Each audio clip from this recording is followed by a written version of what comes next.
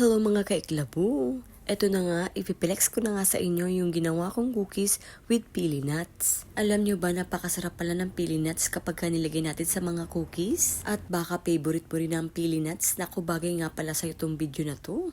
Para sa mga ingredients, meron tayo ditong 1 cup na butter. Mas maganda na naka-room temperature lang yung inyong butter. Niligay ko na nga rin dito yung 1/2 cup na granulated sugar at saka 1/2 cup na brown sugar. Kapag nailagay na natin yung sugar dyan, kailangan na natin itong haluin. Maglalagay rin tayo dito ng 2 large eggs.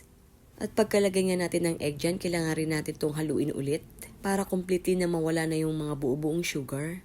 Naglagay na rin ako dito ng 1 teaspoon na vanilla extra. At pagkatapos ka ng vanilla, tsaka naman tayo maglalagay ng 2 teaspoon na baking soda.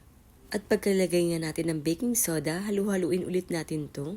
Sunod naman natin ilalagay yung ating all-purpose flour. Bali 3 cups tong all-purpose flour ang nilalagay ko dito. Hinati ko sa dalawa yung paglagay ko dito sa atin ng all-purpose flour. At para nga mahalo natin to ng maayos. At kapag nga nahalo na natin to ng maayos, tsaka naman tayo maglalagay ng pili nuts at tsaka ng chocolates. Guys, ganito yung chocolate ang ibili ninyo. Yung bittersweet na chocolate. The best to para sa ating mga cookies.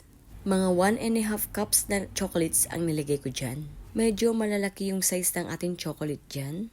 Pero okay lang yun. Tsaka naman natin ilalagay yung ating pili nuts. Mga 2 cups din ang nilagay ko na pili nuts dyan. Sinadya ko talagang na medyo marami ngayon na pili nuts ang ilagay dyan. Shoutout nga pala sa mga taga Bicol. Maraming pili nuts dyan. At pagkatapos nga natin itong mahalo na maayos, ilalagay muna natin ito sa chiller.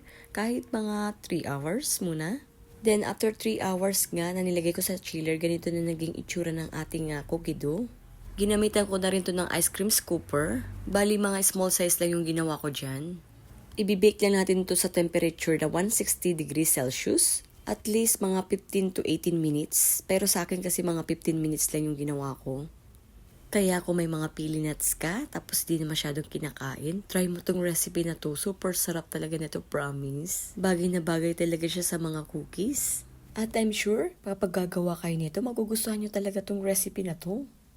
At ito na nga yung ating cookies with pili nuts and bittersweet chocolate. At sana meron ka natutunan sa aking video ngayon. At kung nagustuhan mo ngayong aking video, paki-like and share naman. Or baka hindi ka pa nakapalo sa akin, ipalo mo na rin ako para lagi kang updated sa mga ginagawa kong videos. Salamat po sa panonood. Sa ulitin, ito na po yung ating super yummy na cookies. Ang yummy naman ito.